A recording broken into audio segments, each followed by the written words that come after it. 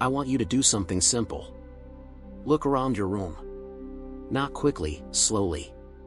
Let your eyes adjust to the corners, to the shadows, to the places light doesn't fully reach. Because the truth is, most people don't actually know what their room looks like in the dark. Not really. Not when the mind is half asleep, or when fear turns ordinary shapes into something watching you. The people who sent these stories? They learn that the darkest parts of your bedroom aren't always empty. And once you hear what happened to them, you might never look at your walls, your ceiling, or the space beside your bed with the same confidence again. Because tonight's video is called. And I need you to understand something from the start. Sleep paralysis might feel like a medical condition, but the experiences people describe? The cold breath on their neck, the weight on their chest, the shadows that inch closer, the whispers they hear but can't escape. Those aren't medical symptoms. Those are intrusions. If these stories gave you chills, subscribe and hit the notification bell so you never face the night alone. Most nights, sleep comes gently. You drift. Your body relaxes. Your mind loosens its grip. But sleep paralysis is different. It's like waking up inside a coffin made of your own body, aware, terrified, and completely unable to move. Imagine this. You open your eyes, but your lungs feel wrapped in ice. Your chest can barely rise. Your throat won't make a sound. Your fingers won't twitch. Your legs feel like they're buried under stone. You're awake, but your body refuses to join you. And then, when the panic sets in, that's when the room changes. You feel the temperature drop, not around you, but directly above you. You hear the shift of weight on the floorboards. A soft, padded step. Another. Breathing, not your own, slow, heavy, animal-like, just out of view. Your mind screams for you to move, to speak, to warn someone, anyone, but the paralysis holds you like a chain.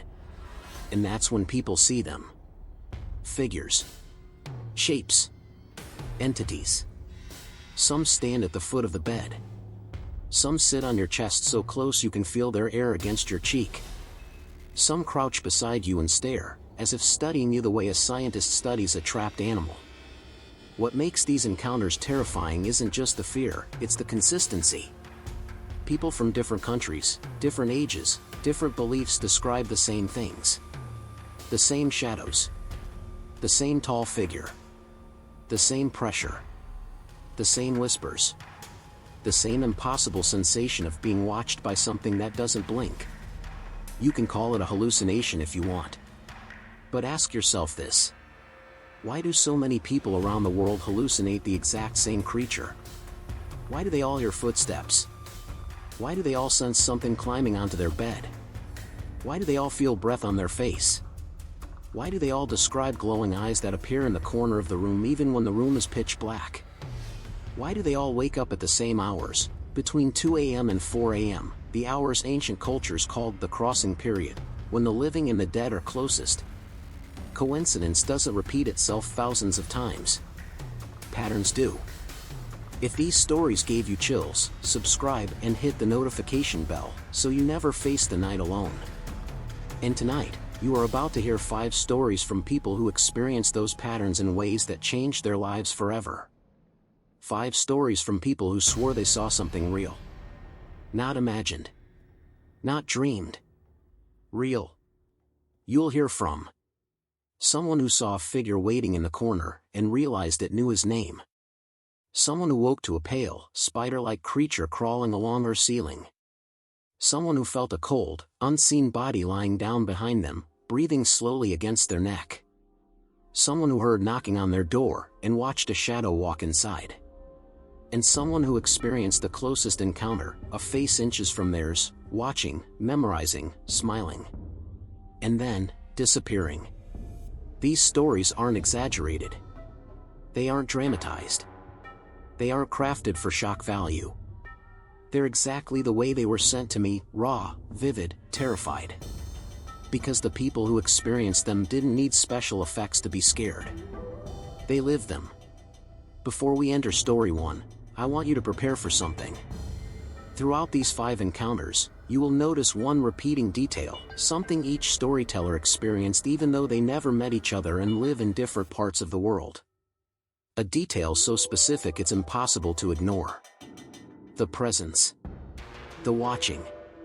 The intelligence. Something in their rooms that didn't belong to sleep, and didn't belong to dreams. Something that acted like it recognized them. Something that returned. Keep that in mind as we continue. The pattern matters. And if you realize halfway through this video that you've experienced something similar, don't panic. Just know, you aren't alone. Not at night. Not when the paralysis hits. Not when the room changes. Not when you feel the air shift beside your bed. Now, take a breath. Make sure you're comfortable. But not too comfortable. Because once you hear story 1, you might not want to lie down for a while. Let's begin. If these stories gave you chills, subscribe and hit the notification bell so you never face the night alone. They always say the first time you experience sleep paralysis is unforgettable. For the man who shared this story, unforgettable barely scratches the surface. He had never believed in the paranormal. He lived alone, worked late hours, and was used to sleeping soundly through the night. Until one night, when everything changed. It began at 3:14 a.m. He remembered the time because the digital clock's red glow stabbed into his eyes the instant he woke. Or, rather, when his mind woke. His body did not. He opened his eyes, expecting to see the familiar ceiling of his bedroom, the soft hum of the fan, and the comforting glow of the clock. Everything seemed normal until he tried to move. Nothing happened. His chest felt like a slab of stone pressed down with unbearable weight. His arms and legs refused to obey. His jaw was locked, his throat sealed. He was awake, trapped in a body that refused to listen. And that's when he noticed it. In the far left corner of the room, just beyond the glow of the clock, was a shadow. At first, he told himself it was a coat, or a trick of the light. But the longer he stared, the more the shape began to define itself. And it moved.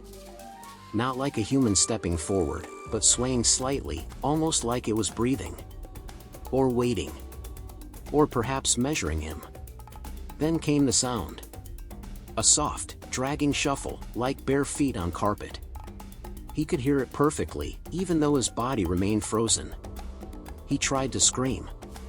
Nothing. He tried to lift his arm. Nothing. The shadow took another step. Closer. Then another. Closer still. He realized, terrifyingly, that this wasn't a hallucination. It had weight. Massachusetts' presence. And now he could feel the coldness. Not the chill of the air conditioning, but the deep, creeping, unnatural cold that seems to emanate from something alive. It stopped at the foot of his bed. Silence. Except for its breathing. Slow. Deliberate. Patient. Watching. He could feel it leaning forward slightly, tilting its upper body, studying him. He tried to shut his eyes, but instinctively, that made it worse. When he opened them again, it had moved. It was now beside the bed, closer than physically possible for any human to appear so suddenly. He could feel it breathing. Smell it, damp, earthy, like soil long buried underground. And then, it spoke. A whisper. Almost a breath. Barely audible. I see you. It wasn't the words that terrified him. It was the way they were spoken. Broken, deliberate, as if it were trying to recall how to use a human voice. And then, just like that, it was gone. The chest pressure vanished. His throat opened. His limbs moved again. He gasped violently and sat upright. The room was empty.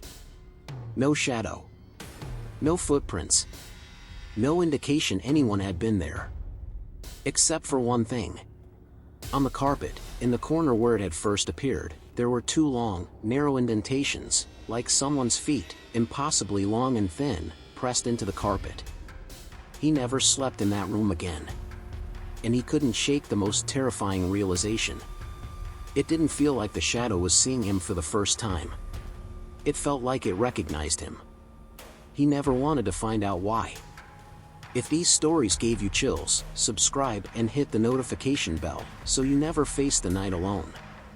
Comment below if you've ever felt a presence like this in your room, because story 2 will make you rethink the ceiling above your head. She wasn't someone who believed in demons or spirits, but one night, she discovered that disbelief doesn't protect you. It began, as most sleep paralysis episodes do, in the dead hours between 2 a.m. and 4 a.m. The house was silent, the kind of silence that makes you hyper-aware of the tiniest sound. Even the faint hum of the refrigerator sounded ominous. She woke with that familiar, chilling sensation, her body frozen. Her mind awake. Her chest heavy, like the room itself was pressing down. At first, she thought it was a regular episode. She tried to force herself to breathe slowly, to calm down.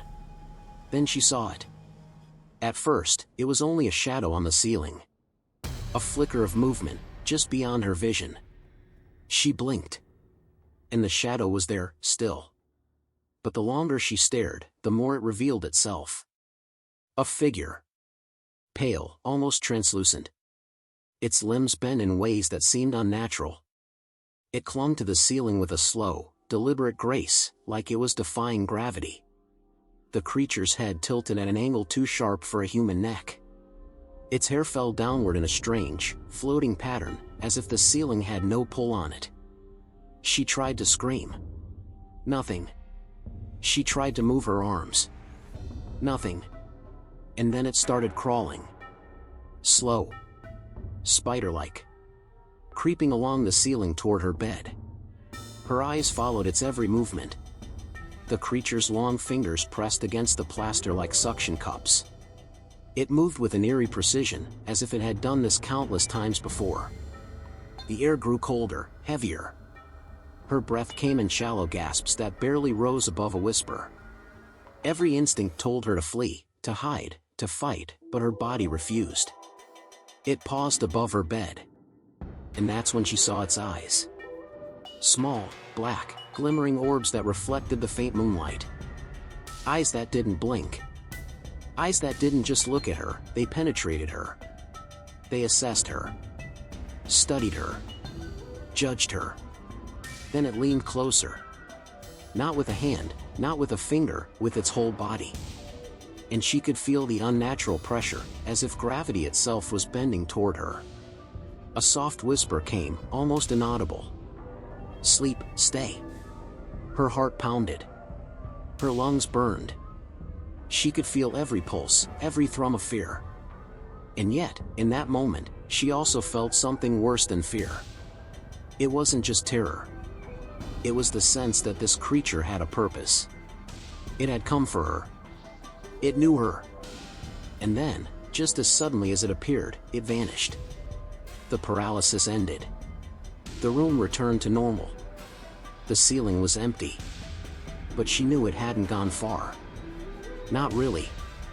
She could still feel its presence lingering in the corners of the room, in the shadows of her mind. She never slept alone again. Every creak, every gust of wind, every flicker of light reminded her of the pale figure that crawled above her. If these stories gave you chills, subscribe and hit the notification bell so you never face the night alone. Comment below if you've ever seen shadows on your ceiling, because story 3 will show what happens when the presence is behind you, breathing right next to you. He remembers waking up to a strange pressure on his chest. Not heavy, just enough to make him aware of his own heartbeat. The room was dark except for the dim glow of his alarm clock. 3:41 a.m. At first, he didn't think much of it. He'd had sleep paralysis episodes before, short ones. Annoying, but never frightening. He tried to wiggle his toes. Nothing. Tried to swallow. His throat locked. He tried to control his breathing, and that's when he realized the room wasn't quiet. There was breathing. Right behind him. Soft. Slow. Wet. Like something was inches from the back of his neck. At first, he assumed it was his own. But then, his breath came out shallow and rapid. The other breath stayed steady. Deep. Calm. Purposeful. He froze mentally, not physically, because he already was. A cold line of sweat traced down his spine. The breathing grew louder. He could feel the warmth of it against his skin, like someone's lips were brushing the tiny hairs at the base of his neck. Then came the sound that made his pulse spike, a faint chuckle. Not human. Not amused. Just aware. He couldn't turn his head. Couldn't flinch. Couldn't run. All he could do was listen. The breathing shifted. Closer. Then away. Then right into his ear again. It wasn't random. It was circling him. Studying him. Enjoying his fear. He felt the mattress dip slightly behind him, like someone, or something, was crawling onto it. He felt each shift. Each subtle movement. Each slow drag of weight inching toward him. He tried to scream. His lungs refused. His mind screamed louder than he ever had in his life. Suddenly the breathing stopped. Not because the presence left, but because it was so close that its breath was syncing with his. Matching it. Controlling it. Then, a voice. Barely a whisper. Barely a breath. "Do you feel me?" His heart almost stopped. The voice came from directly behind his ear. Low. Raspy. Hungry. He felt it lean closer. Closer. So close its mouth practically touched his skin. Another whisper. "Turn around." He couldn't. Even if he wasn't paralyzed, he wouldn't. His instincts screamed that turning around meant death, or something much worse. But the entity didn't like being ignored. The mattress sank deeper. The warmth behind him grew hotter, heavier. A faint vibration, like a growl, rumbled through the bed. If these stories gave you chills, subscribe and hit the notification bell, so you never face the night alone. His body trembled internally, his limbs refused to respond. His jaw clenched so tightly it ached. Then the thing exhaled sharply against his neck. A deliberate puff of hot air, like some twisted imitation of affection. He tried to pray, tried to force words through his mind, but the presence reacted instantly. Quiet.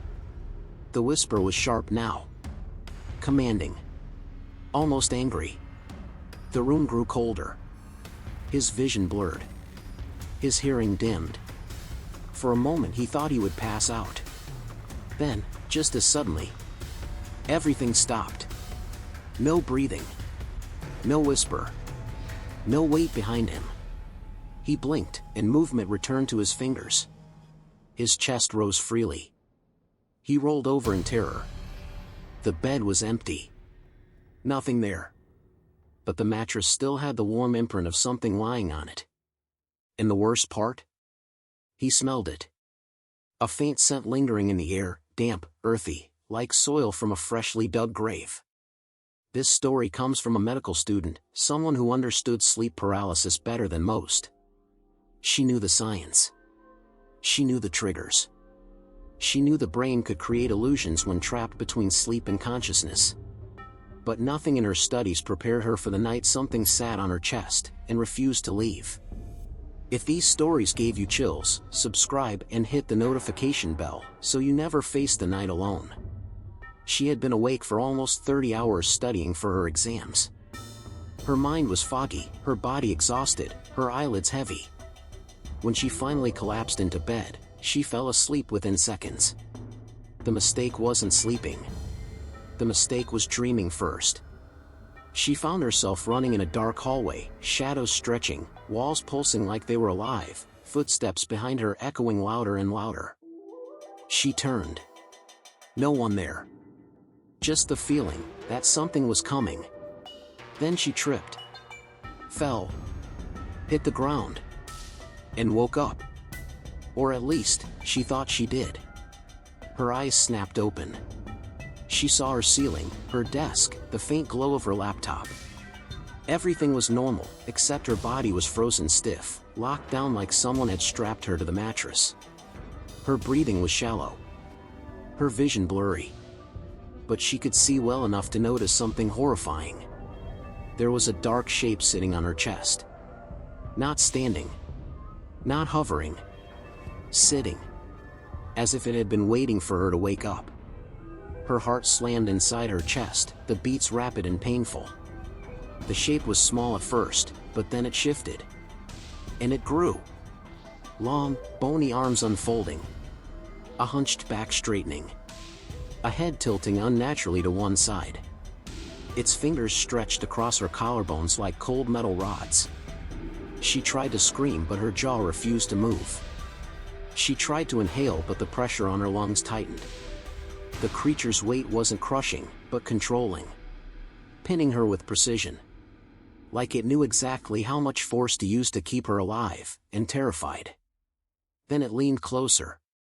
Her blurred vision sharpened just enough to see its silhouette. A skull-like face, not fully human, not fully creature, something caught between both. Hollow sockets. No eyes. Just pits of darkness that seemed to swallow the room's light. As it hovered inches from her face, she felt its breath. Rotten.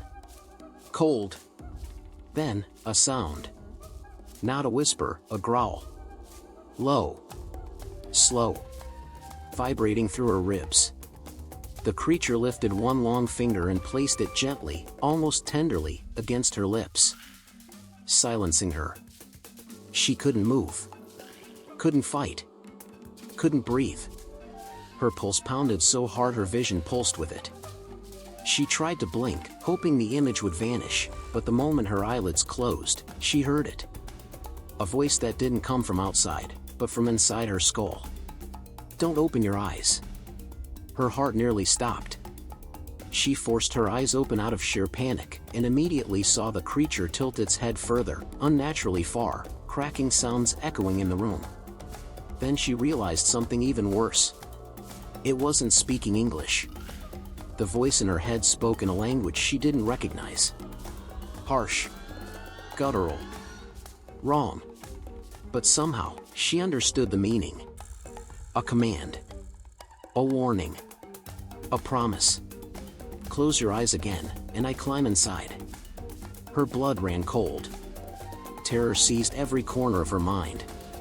Her chest tightened even more as the creature pressed its weight down, bending her ribs, choking her lungs. Her vision blurred again. Her hearing dimmed. Her consciousness flickered like a dying light. She thought she was going to pass out, and maybe she did, for a moment, because suddenly, she felt a violent jerk through her body. Her chest expanded freely. Her limbs twitched. Her fingers curled. The paralysis broke. She gasped for air, loud, desperate, ragged. She bolted upright, clutching her chest, feeling her heartbeat slam against her palm. The room was empty. Silent. Safe. But when she looked down at her chest, there were marks. Shallow indentations, like long, thin fingers had rested there for a very long time. And when she checked her camera, the one she used to monitor her sleep for her study, at exactly 3:17 a.m., the timestamp showing the moment she woke up, the footage glitched. A black shape flickered on the screen. Sitting. On. Her. Chest. Then it vanished. If these stories gave you chills, subscribe and hit the notification bell so you never face the night alone. Share this video with anyone who loves true horror. And comment if you've ever felt something watching you in the dark.